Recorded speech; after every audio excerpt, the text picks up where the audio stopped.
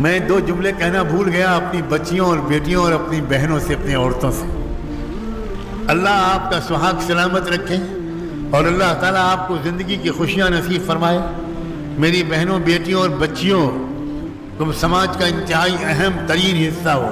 یاد رکھنا، اسلام کی حفاظت میں جتنا حصہ مردوں کا ہے، بار بار تاریخ نے بتایا، کبھی کبھی اس سے زیادہ حصہ تم عورتوں کا رہا ہے۔ کوئی بھول سکتا ہے اس بات کو کہ سب سے پہلے ایمان لانے کا شرف ایک عورت کو ملا ہے، ماں خدیجہ رضی اللہ عنہا کو۔ اے عورتوں، تم کو قربان ہو، تم کو مبارکباد ہو۔ عورتیں بازی لے گئیں، حضرت خدیجہ سب سے پہلے ایمان لائیں۔ مکہ کی زمین پر جو سب سے پہلا خون بہا، جو سب سے پہلی لاش تڑپی، وہ بھی کسی مرد کی نہیں تھی۔ مبارک ہو اے عورتوں، وہ بھی ایک عورت کی تھی، یمن سے آئی ہوئی بوڑھی سمیہ۔ اس کو 2 اونٹوں کے درمیان ظالموں نے باندھ دیا اور کھڑے ہو گئے تیر کمان لے کر، اور کہا سمیہ کہو کہ محمد جھوٹے ہیں، ورنہ ابھی تیر ہمارے کمان سے نکلے گا اور تمہارے بدن کے ٹکڑے زمین پر گریں گے۔ حضرت سمیہ نے اپنی بوڑھی کمزور آواز میں جان ڈالنے کی کوشش کرتے ہوئے بلند آواز میں فرمایا، اشہد ان لا الہ الا اللہ واشہد ان محمد رسول اللہ۔ ابھی شاید کلمہ پورا پڑھ بھی نہیں پائی تھی کہ اس ظالم کے تیر نکلا اور حضرت سمیہ کے بدن کے ٹکڑے ہو کر زمین پر تڑپنے لگے۔ ایک پہلی شہادت، پہلا خون جو مدینہ مکے میں بہا، وہ کسی مرد کا نہیں تھا، عورت کا تھا۔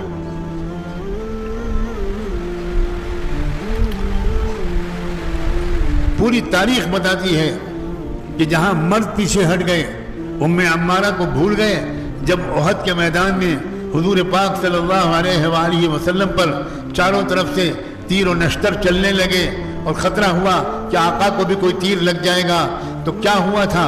ایک عورت ام عمارہ جو لمبی چوڑی تھی، وہ آ گئی اور اللہ کے رسول کے سامنے ہاتھ پھیلا کر کھڑی ہو گئی کہ جتنے تیر آئے ہیں میرے کمر و سینے پر لگے، میرے آقا کو کوئی چوٹ نہ لگے۔ یہ ہے عورتوں کی وفاداری، یہ ہے عورتوں کی بہادری، اسلام کے سلسلے میں ان کی خدمات۔ اسلام صرف مردوں کی خدمات سے ہم تک نہیں پہنچا ہے۔ ہم صحیح بخاری پڑھتے ہیں، علماء سے پوچھو، ہم جس صحیح بخاری کا نسخہ انڈیا میں پڑھتے ہیں، اس صحیح بخاری میں ایک راوی عورت ہیں، محدثہ کریمہ۔ ان کریمہ کی روایت نہ ہوتی تو بخاری ہم تک نہ پہنچتی۔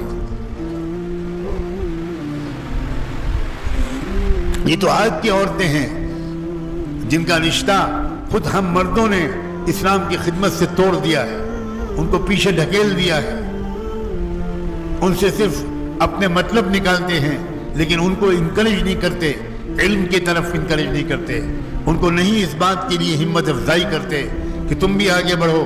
اس ملک کو بچانے میں پردے، حیا، حجاب، عزت و عصمت کی حفاظت کے ساتھ، شریعت و سنت پر عمل کرنے کے ساتھ تم اپنا کردار ادا کرو۔ عورت کے بہانے سے اسلام کے بہت سے قوانین کو بدنام کیا جا رہا ہے۔ میری گزارش ہے، بچیاں شریعت کا علم حاصل کریں، عورتیں علم حاصل کریں اور عورتیں دفاع کریں، عورتیں کھڑی ہوں اور کہیں اسلام نے ہم کو جو عزت دی ہے وہ عزت دنیا میں کہیں نہیں ملتی۔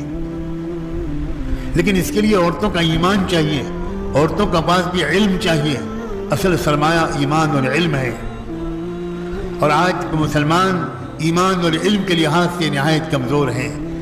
آخر میں اپنی بات کو مکمل کرتے ہوئے کہتا ہوں، آپ اسلام کی جس سطح پر ہیں بہت مبارک ہے، مگر وہ سطح کافی نہیں ہے۔ ستاروں سے آگے جہاں اور بھی ہے، آپ کو آگے بڑھنا ہوگا، اپنا علم کو بڑھانا ہوگا، اللہ والوں کے پاس بھاگ بھاگ کے جانا ہوگا، علم کی صحبتوں میں بیٹھنا ہوگا، علمی بیانات کو سننا ہوگا اور اپنی تربیت لینی ہوگی، اپنی تنظیمی، تحریکی، اجتماعی تربیت بھی لینی ہوگی اور اپنی انفرادی اصلاح بھی کرانی ہوگی۔ دل و جان سے دعا ہے اللہ تعالیٰ آپ سب کو اس کی توفیق عطا فرمائے۔